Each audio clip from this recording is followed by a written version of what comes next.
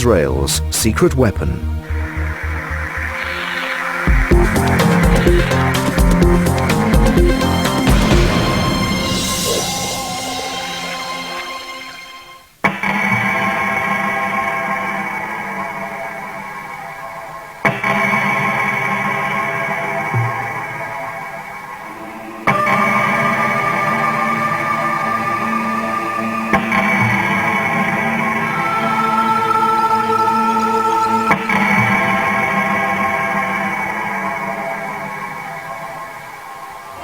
Let me stay in your arms, I'm addicted to your charms.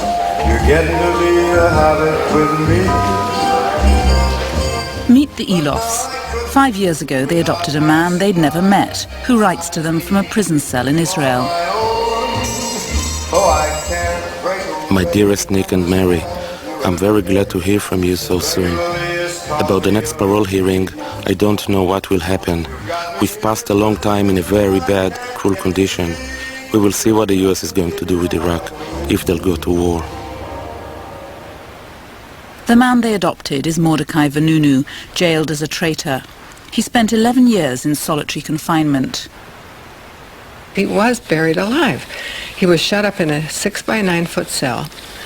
No windows, so he couldn't see outside. Even when he exercised, there was a canvas around him when he was out walking. He has spent more time in isolation in a prison in the Western world than any other human being. It was that bad. His condition was that bad. And that's what really moved us to adopt him. How can a country treat a human being that way? Vanunu moved to Israel as a child with his family from Morocco. He served in the Israeli army, studied philosophy, and found work at Dimona. This mysterious complex in the Negev desert employed thousands of people, all sworn to secrecy.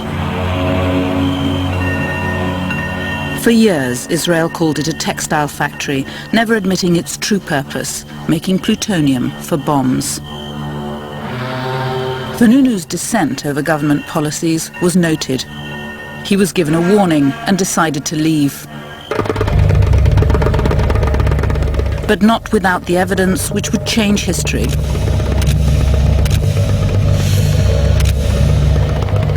Today, his are still the only photographs ever seen of the inside of Israel's nuclear bomb factory.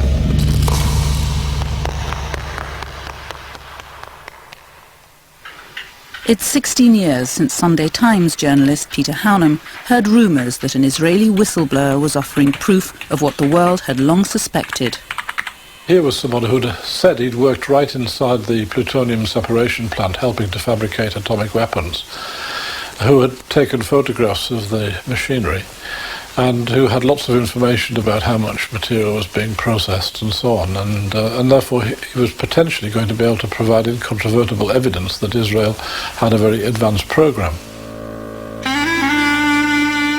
Haunem flew to meet Vanunu, who is now a Christian living in Australia. He was brought to England.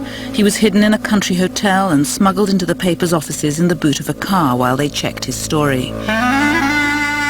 But Israeli intelligence agents, caught here on Wapping's security cameras, were onto him. They were waiting to strike.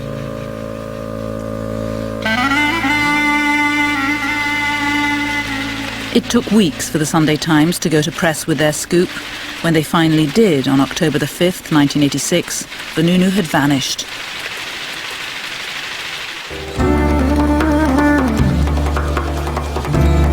He'd met an American woman in Leicester Square who seemed to like him. He was vulnerable and afraid. When she suggested he'd be safer with her in Rome, he fell for it. It was a classic honey trap.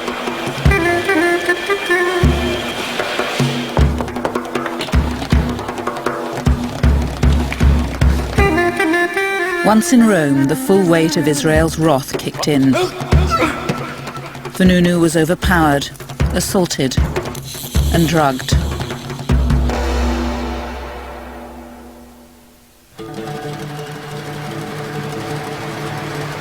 He'd been kidnapped and smuggled back to Israel by boat, unconscious.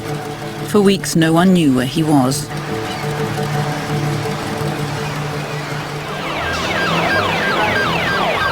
Eventually, the Israelis brought Vanunu to court for a secret trial.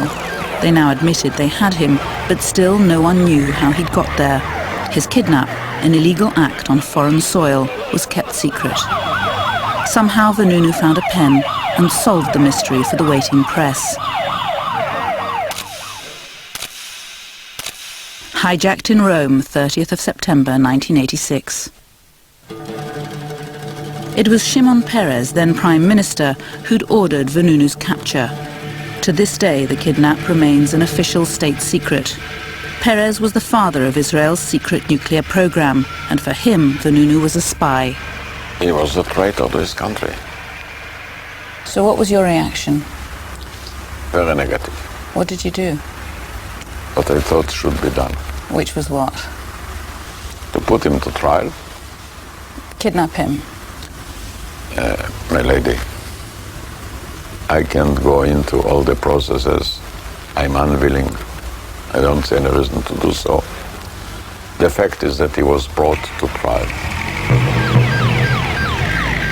Vanunu's trial was held in secret. He was found guilty of treason and espionage and sentenced to 18 years in jail.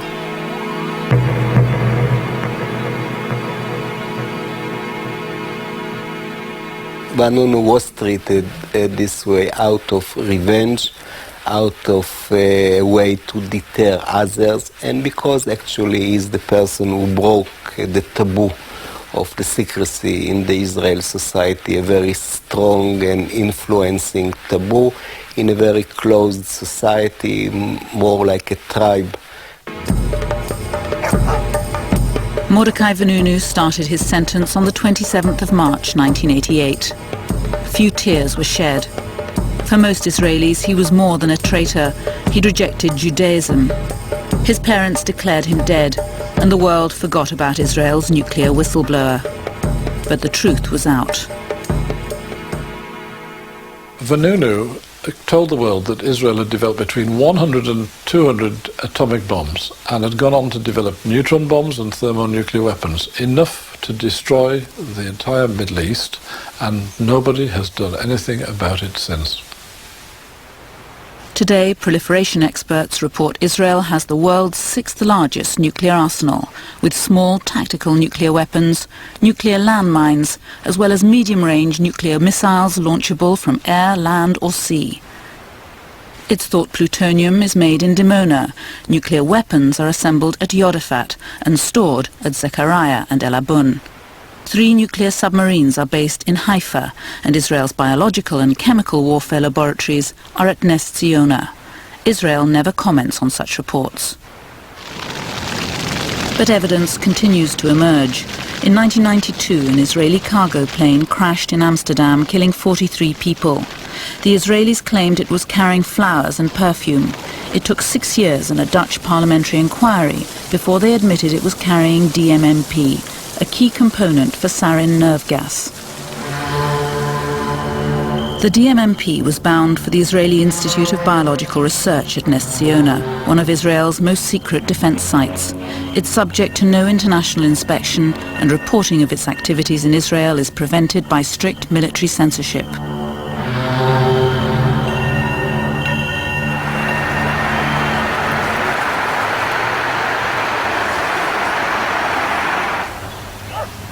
As America prepared for war, signs of dissent sprouted on the suburban lawns of Middle America. Nick and Mary Eloff have been peace campaigners since the Vietnam War and the draft. The definition of a conscientious objector is someone who sincerely objects to participation in all forms of war. There are 2 words that are extremely important in that definition: sincere and all.